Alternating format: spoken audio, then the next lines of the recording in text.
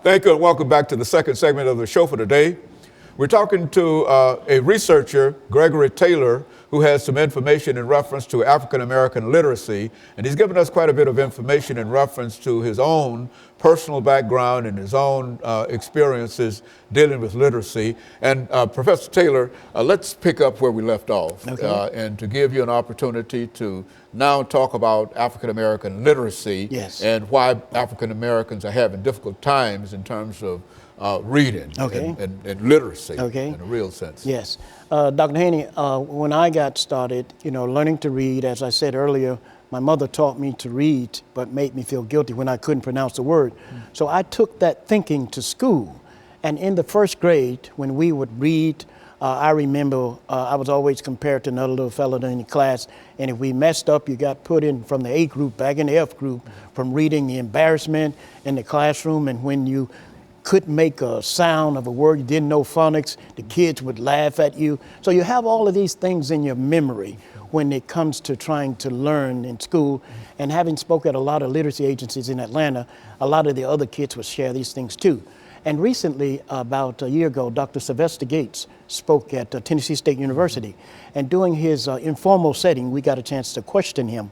And what I remember most was he said that he's on the President Education Committee, President Obama Education Committee, and he said they told President Obama that this present workforce today is not equipped to prepare the kids for the 21st century.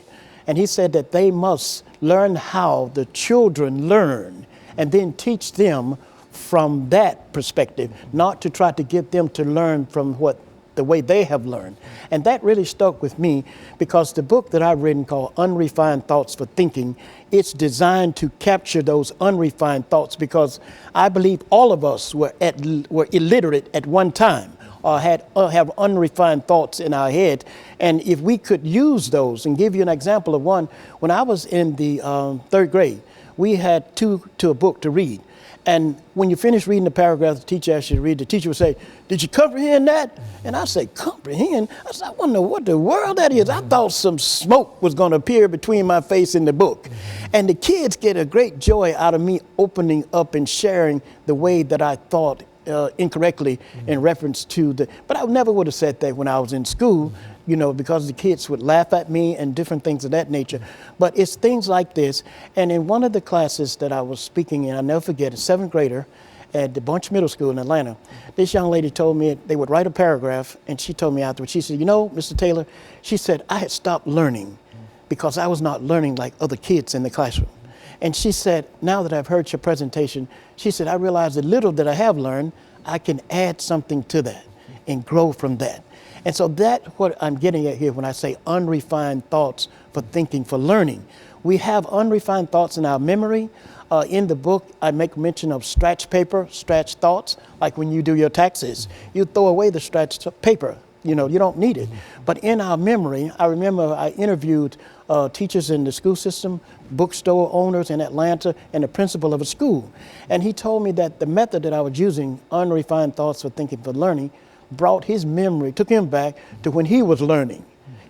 So in all of our memories, there are some thoughts that we have that are unrefined. And I believe if we use those to connect them to those who are totally illiterate, the functionally illiterate, and then the literate, we can connect there. That's what the book have in mind, to do. And it's exciting to see, their reaction and making them feel comfortable. And I spoke to one group of men in Atlanta between the age of 40 and 50 years old.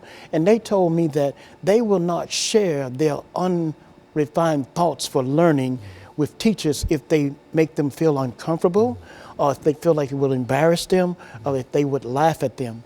But I have found that a lot of those who are functionally illiterate, they have created new methods for which they are learning. And this brings to mind what Dr. Sylvester Gates said. He's a physicist at the University of Maryland, that we must learn the way the kids are learning and then use that to assist them in the way that they need to go. In order to teach them, that's you have right. to learn that. That's learn that first. And it's totally different from what it used to be, that they need to learn that. And to give you another example, I heard the CEO of Mahari, new CEO of Web, say that HMO is out and that the HCO is in terms of healthcare, and in the church, the contemporary music is out, and what's in now is the old music to get back to that. And I connect all these things together. I see how they are, connected, and things along those lines, Very good. And so, in a real sense, we have to work at teaching. Teaching does not come automatically to some children. Yes, that's true. And also, I knew early on that I was going to have to teach myself. And one of the other things that I was concerned about, I was given a lot growing up. I had 4 older sisters. One was a teacher, 2 were nurses, x-ray technician. And so these individuals did a lot for me in terms of giving a lot of things to me, getting and buying a lot of things for me. But all along, I knew that what I didn't have, one day I was going to have to get it for myself. And so that conditioned me to learn to teach myself, and I believe in self-education as much as possible, that's kind of And you think that if more children were exposed to some kind of system that would allow them to understand the importance of education, you think that would be very successful, that they would have an opportunity to sort of teach themselves? Yes, and in that area, Dr. Haney, being that I study what is called embryo ethnograph, how the unborn child is affected by the environment, I believe that medical records could be used greatly to help kids. Like, I suffered a neck injury, and I didn't know that the son before me had died from a neck injury. So getting into these areas, I think they're great teaching vehicles. As Dr. Jane Poussant said, that we got to go into prenatal. And then there's later children finch funds, how kids are being prepared in prenatal for prison. And I remember my pastor, the late Dr. Wes Harvey, as a lad, he used to say, before young folk got on drugs, Mom and Dad was already taking pills, And so it's in these areas where we have got to go in order to help the kids, because they've been imprinted by the womb was their first world. And I believe that it was Deborah Bloom, a woman who wrote a book about prenatal. And she said that the womb is the most influential environment in the world. And there's a lot to be learned there, and there's a lot that have not been learned there. And in the book of Paula Murphy Paul called Origins, she shares how the first 9 months of our lives shape and fit and imprints us for the rest of our lives. It is so in these areas. And so that time in the womb is a very, very important and influential part of life itself. Yes. It's an extension of life. Life is extended after the womb, but the life starts really in the womb, not only the physical life, but That's the mental right. life as well. Is that what we're saying? That's exactly right. And of course, we're going to take this second commercial break. Yes. And we'll be back with our audience following this very, very short commercial break.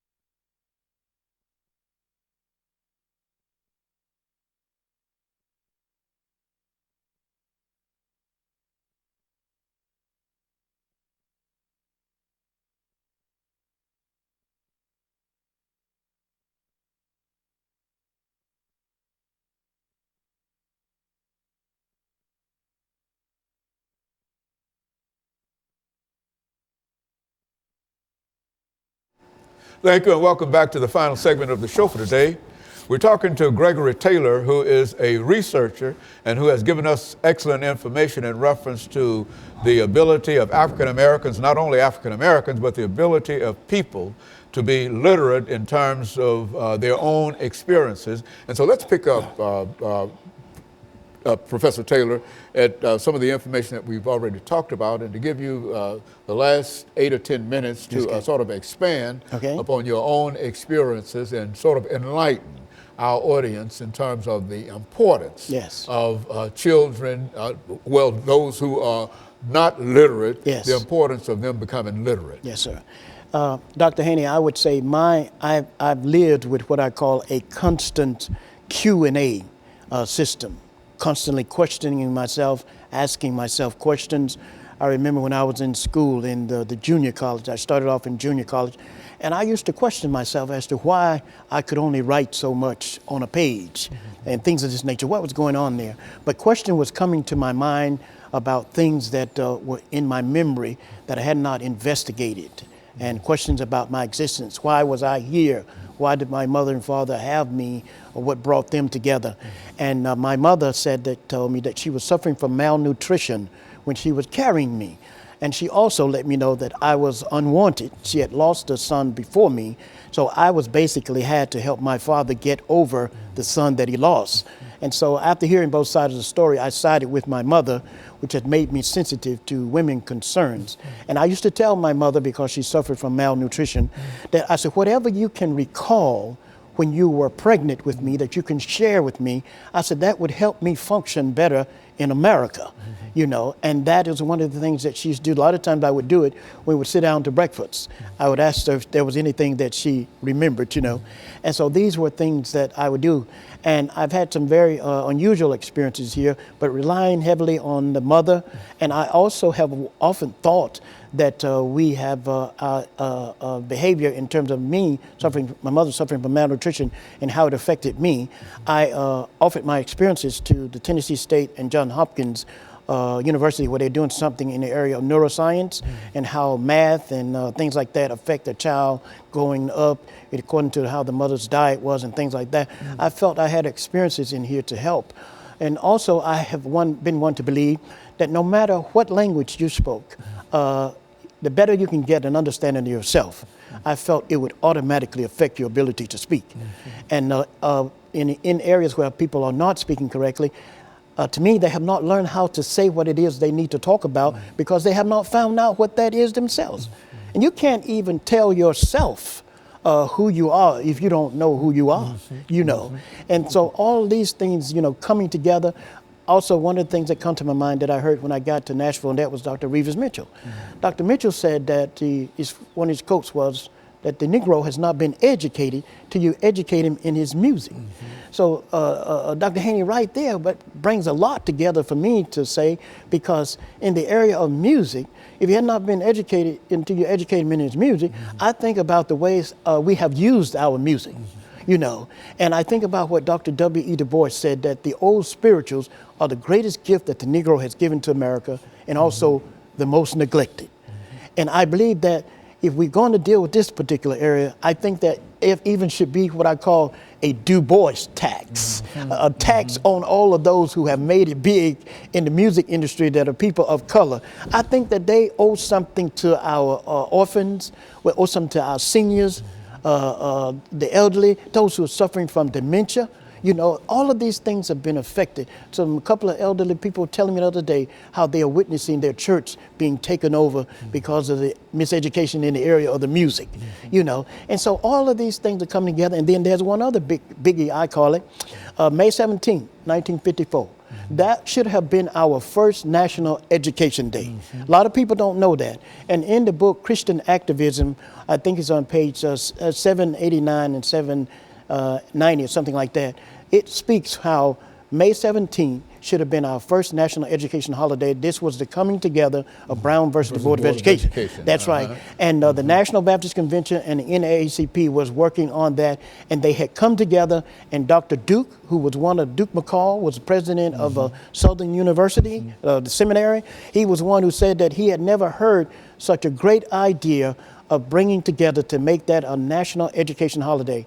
And Dr. Duke McCall just passed away here, I think, about a year and a half ago. He was in Florida, and I didn't even know, he was still alive. I try to connect with those who are like in their 90s and above, because they can give you a 3-year, 30-year period of the state of things that are going on, and so it is things like this. And I think basically I have mainly educated myself, through quotes and things of that nature, quotes that speak to now. One I remember at the Johns Hopkins Business School, it say, know the past, understand the present, and anticipate the future. And then there is 1955, Dr. Haney, where a lot of people went into the civil rights movement. And see, this is another area of education. When I first heard the voice of Dr. MLK Jr. in the early 60s, I said, this man's life is going to be in the way of me growing up. Now, that's surprising for a lot of people to hear. That was in the early 60s. So what I did, I avoided his speeches. I did not listen to his speeches. A lot of people don't believe that.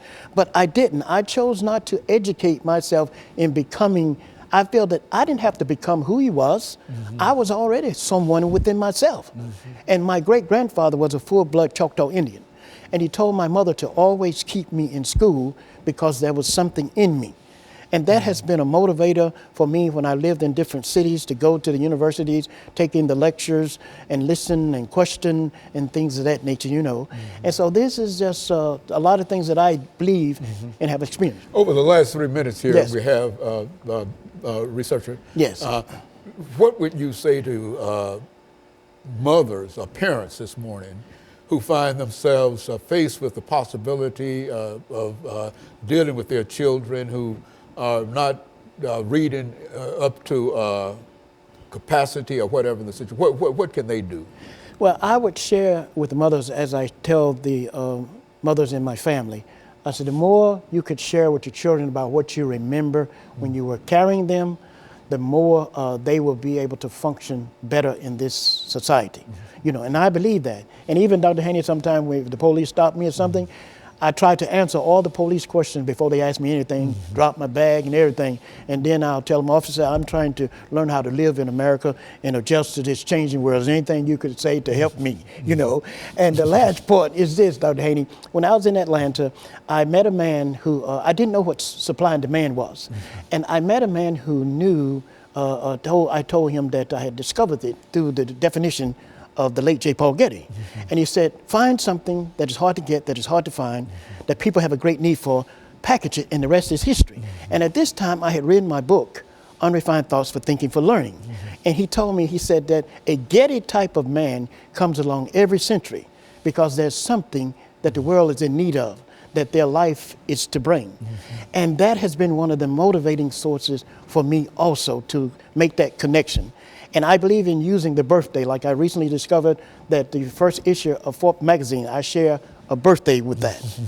And the Welch School over here, which is for sale, I share a birthday with the Welch School. And I would love to have that school, if in some way possible, to apply the vision that the Lord has given me, to help make America a safe and sound place, These are the things I say because it's all connected. And last, Dr. Haney, I've been emailing President Obama about creating a good customer service department in the American government.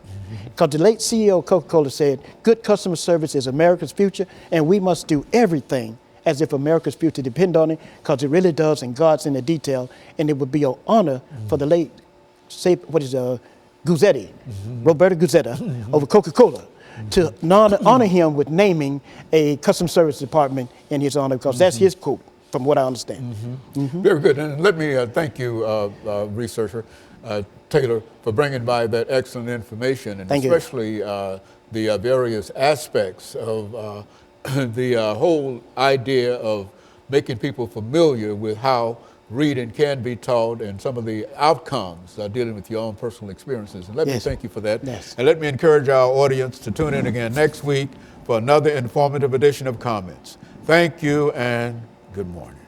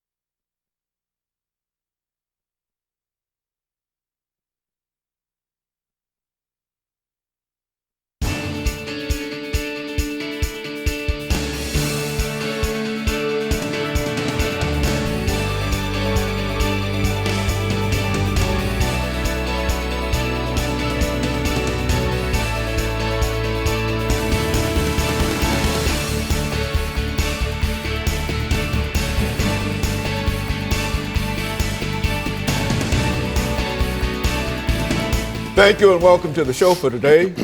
The topic this morning is African American history at the 21st century. And we're fortunate to have with us to talk about the African American history experience, Dr. EKSanford from Tennessee State University. And of course, Dr. Sanford, you've been with us on many, many occasions, and you've given us such excellent information. And let me welcome you to the show this morning. And let's start off by having you to give us some information in reference to your background, your education, and your experiences. And then we'll get into some other aspects of African American history, the African American history experience at the 21st century as far as the African American History Month is concerned. Let's start with that. And I think, as you know, it did not start as African American History Month, but so let's do it from that perspective after we talk about your background, education, and your experience. Absolutely, and thank you so much again for having me here. I'm Dr. EKSanford, and as you said, I'm a professor of sociology at Tennessee State University. I started in reverse. I did a postdoc education at Penn State University and State College, Pennsylvania, in gerontology and evaluation research. Did my doctorate degree, very proud of, at Howard University in Washington, D.C. And there I also worked with the national headquarters of the American Red Cross, doing HIV/AIDS education research and evaluation unit there. Kind of interesting because right here in Nashville with Dr. Ed Sullivan, there's a first response center, and I work with Dr. Jackie Fleming on that project here, and that stemmed from that earlier work in Washington, D.C. I also worked with the National Organization of Black Law Enforcement Executives in Washington, D.C.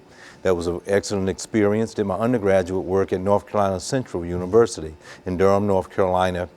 As also, I was at the Institute for Social Research at the University of Michigan, and that was a wonderful educational experience.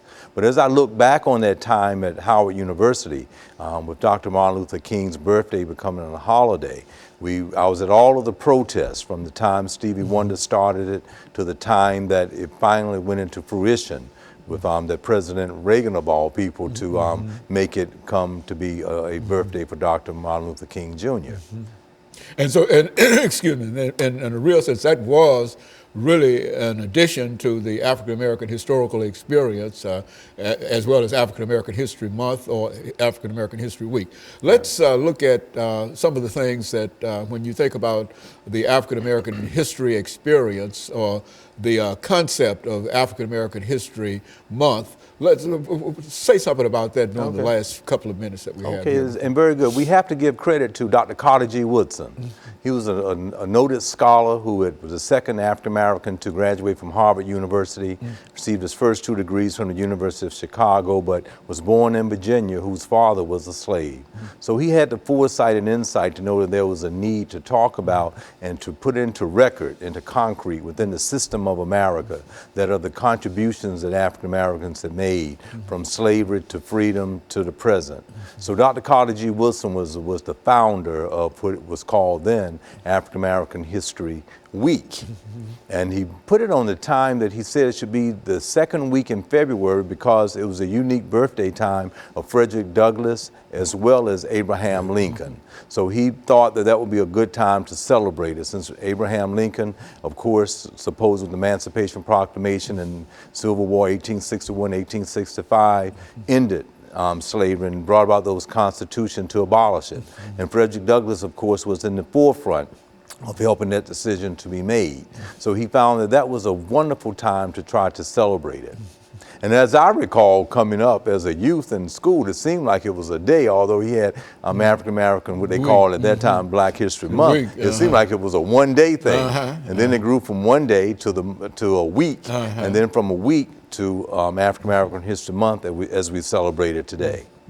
Very good. You know, looking back over that experience, that is the establishment of, how did people react to that? African Americans especially. Yeah, well, I think it was a time of celebration, a time of wanting to have that pride, but I think the problem was, and as Dr. Carter G. Woodson wrote in his book entitled The Miseducation of the Negro, he felt that not only did African Americans did not know about the history and contributions, that also the majority group didn't either.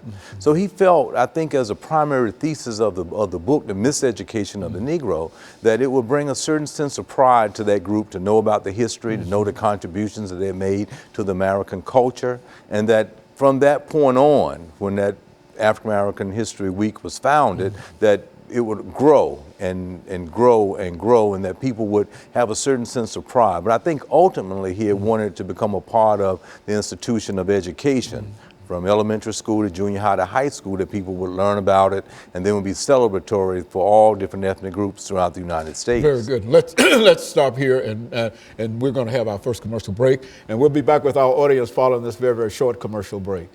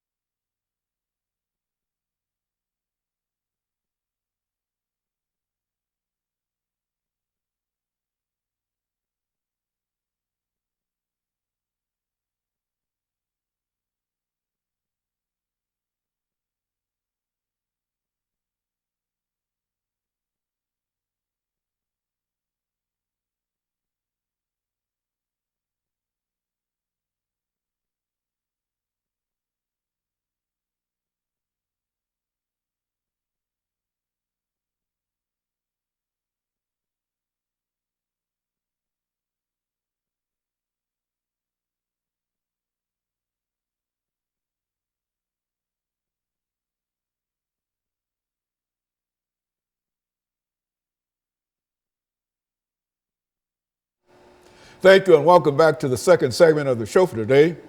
The guest is Dr. EKSanford from Tennessee State University, a sociologist at Tennessee State University, and he's given us some information in reference to African American History Month at the 21st century. During the first segment, he gave us quite a bit of information in reference to the establishment of the African American History Week that would eventually become African American History Month. And so, Dr. Sanford, let's pick up where we left off the last time and give you an opportunity during the second segment to explore this whole idea of African American history at the 21st century. Okay. Well, as then, I think even now, there's a great importance to still research, to have out there within the educational system the contributions that have been made by African Americans. We can look back over the earlier time period from 1619 with slavery for 244 years, 81 years of Jim Crow laws, leading to Reconstruction, and then from that time period into the Civil Rights Movement, and how those advances really contributed to the greatness of America. And I think when Dr. Carter G. Woodson founded that, he wanted everyone, not only African Americans, but everyone within the American ethos, within the American culture, to know about the contributions that were made, really, to the economic development of the American society. When you think of human beings being snatched from their homeland and brought over as an economic institution, enslaved for hundreds of years, it was really the foundation of this economy. And so we have to look at that as an institution. And that institution helped founded what we have today. When we look at certain things on our tires, driving around with the Goodyear or the Vanderbilts and other types of companies. Many of those funds came out of the backs of the African Americans that were indeed slaves during an earlier time period of how the economy was. And of course, there was a war that took place from 1861 to 1865. More people were killed in order to maintain enslavement at that time period than any other war with those that have been dead since that time.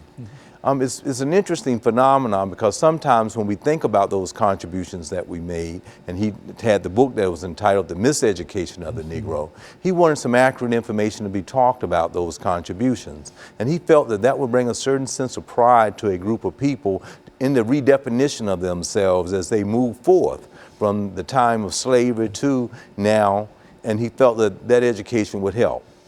I would like to try to make a comment on the notion that how it was important then, but even most important now in the 21st century, because in many instances that whole idea of the miseducation has not come into full fruition because it has been misconstrued. It hasn't really been a history that has been forthright in all of the textbooks, from elementary school to junior high school to high school, for parents to then reinforce it at home, for the school systems to reinforce it in projects and in a large way. Although we live in the 21st century and we can Google Dr. Carter G. Woodson and a large amount of information would just come up about him, but if you don't know about him, then you won't have the insight to even Google him, to know him. But so it's important, I think, for us to still bring that into our projects in schools so people will have a sense of pride about it. There are a lot of different documentaries. But it's sad to say, as we look at the Generation X in the 1980s, born during that time, or the millennium groups that's born in the 90s to the present. And I did mention at the outset, but in 1985, I was one of 25 scholars that were invited to Harvard University. And there we talked about that millennium group. And we said that they would be born and they would not have any insight as to what was going on during the '60s movement that would have given them the freedom that they have today in our present society. Now, as we think about African American History Month, I think that was the central problem probably Dr. Carter G. Woodson was having with conversations with other scholars at that time. Well, how do we bring some insight to people about what had happened for hundreds of years prior to a time of the brink of the 20th century that then we needed to know about? And the impact that it has upon the 20th century itself. Absolutely. And without that information, he said we'll be misinformed, miseducated. So he felt that that was an important thesis in his book, The Miseducation of the Negro, that it would bring information, insight, pride, a willingness to want to be able to share with succeeding generations. So the question becomes, in an evaluative way, to what degree has that succeeded or not? And we were in '85 at Harvard University at the Du Bois Center. W.B. Du Bois, who was the first African-American to graduate from Harvard, and Dr. Carter G. Woodson was the second. You know, here you are thinking in terms of a new group of people that wasn't even born at that time and they would not recognize it. And as a professor, I'm finding that to come very true, and I think it's probably that way throughout the United States. Now, this problem isn't just for African Americans, I think it is for the majority group as well. And I think he didn't want it to be just for just that one group to understand it, but he felt that that was at the core, but he wanted everyone to appreciate it. Therefore, we had this whole revolution with the diversity in higher education, where certainly the curriculum would be a little bit more enhanced to have the histories of all ethnic groups to be included versus excluded within the curriculum, so that there would be an appreciation. Now, the larger notion of that is looking at it sociologically as how we are made up of different institutions. And so you would think our government and people that will make it up will be a bit more understanding and sensitive to issues related